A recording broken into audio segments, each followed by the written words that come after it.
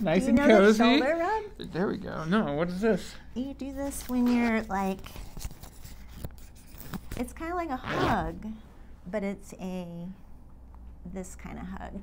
Okay, well, new bench tradition. All right, Dina, welcome to the Tiny Bench. Thank you. It's so cozy. It is cozy. All right, so we just finished up some metabolic efficiency testing. We're in your beautiful lab here. Yeah. And so let's start jumping right in. Why did we do what we did today? What did we do and why did we do it? What we did today is look at how your body uses its fuel sources at a running pace that you're going to do pretty much for your upcoming race, which is a 24-hour, it's track, right? The 1 mile paved loop. 1 mile paved loop. And so we simulated at that intended goal effort, like doing it here in the lab to see how your body burns calories, carb, fat. Not really so much fat, but carb, well, yes, carb and fat, right? Carb and fat. And that is enabling us to either validate your fueling plan or shift it based on what you're actually burning at paces that you're going to do. And the results today? The results were phenomenal in that. Passed my test. Like what we saw from the data actually align really well with what your plan is, what you have been practicing. Yep. There's no major like last minute shifts that you have to do. So it's kind of like, well, did you have to do this test? I mean, I think it gives you confidence. 100%. It gives me confidence. Test don't guess, right? Test don't guess, yeah. So it's like a peek into your physiology and like peace of mind. Super valuable. It's so great. So why would an athlete want to test? Like, obviously I'm pretty well in tune with things. I've done this a long time, but maybe take a new ultra runner, a new marathon runner. What are some of the benefits that they could see from working with a sport dietitian? Yeah. You know, it is that test don't guess. So when we get into doing some of the physiological testing, it removes some of that guessing game. I mean, we've got formulas and guides and everything that we use just fine, but this is like another level to really see your unique self, since we're all so different. And you know, we've got blood work and all kinds of testing that we can use. But that in conjunction with full assessments, you know, it just really enables a more structured plan. I think we can save some time. A lot of athletes, you know, spend a lot of time on the internet searching for data, on social media, like who's doing what. And so more of an independent, educated path, I think it makes our athletic course so much more efficient and directed, and we can get a lot out of performance, you know, just trying to tackle it from a professional standpoint. I love it. It's benefited me. I think the biggest jump I've ever made in my career was simply looking at my sodium sweat rate and getting that tested. Huge for you. Because I was replacing maybe 500 to 600 milligrams a liter, and then it came back at 1535, and it was just like, bam! Overnight, I was running faster, better at 100 miles. So it's just understanding the little things have been huge for me. Totally. And like the number of times you might have suffered or just not made performance goals, like what is going on, and there could be 10 things, right? So that testing enables us to just kind of further hone in on needs, and I think it's a great option. All right.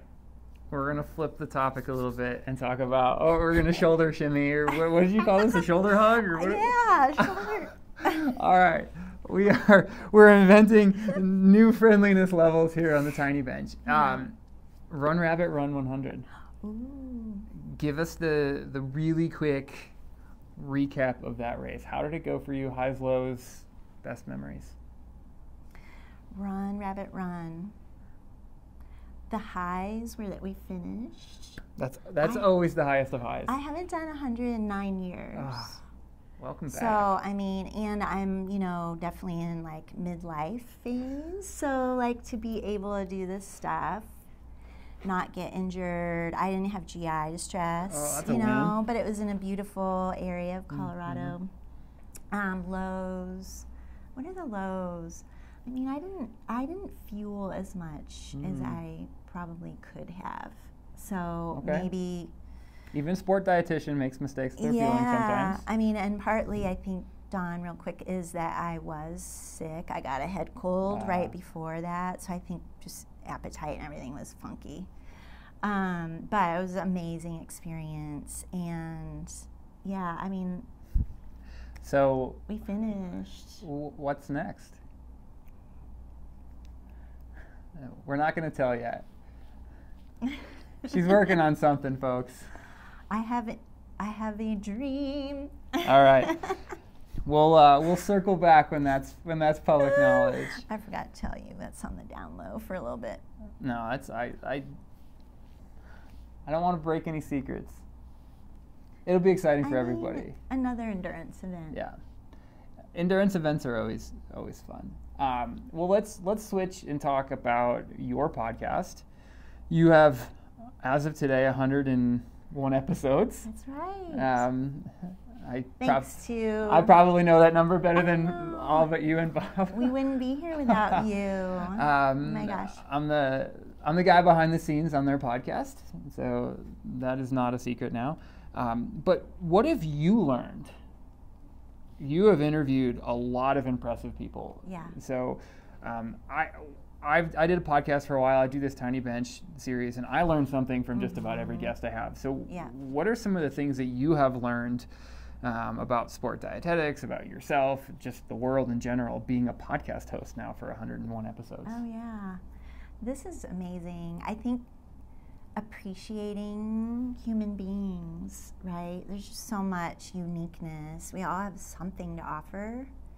And it's so fun to like piece that out, whether it's like a nutrition specific, tidbit or philosophy, but with engagements like this, I mean, there's just so much more that you didn't know that you learn about. It's like, we're never done learning, right? And so I think the human element with the people we've been able to meet with, or if it's just the two of us on the pod, just like exploring topics, I continually am learning how to be a better participant in conversation.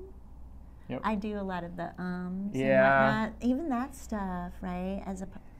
So anyway, I think there's just so much beautiful that comes through dialogue and freedom of being able to express oneself. Yeah, you become, I can speak for myself, being, podcasts and interviews, and you learn how to ask better questions, you learn how to listen better, and you learn how to see the world in the eyeballs of so many different people. It's just, I love doing it. If nobody watches this series, I enjoy these conversations, right? Obviously we're really close, and it's kind of the idea of it. It makes you just a little uncomfortable. These are big feet, by the way. It makes you just a little uncomfortable sitting. Like, how often do you sit next to somebody this close? It's true. That is a not spouse or partner, and you just have to. It is be a little vulnerable on the tiny bench. It is. I like it. Yeah.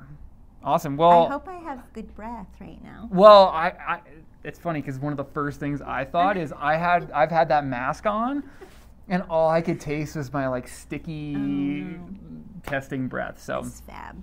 We're good here.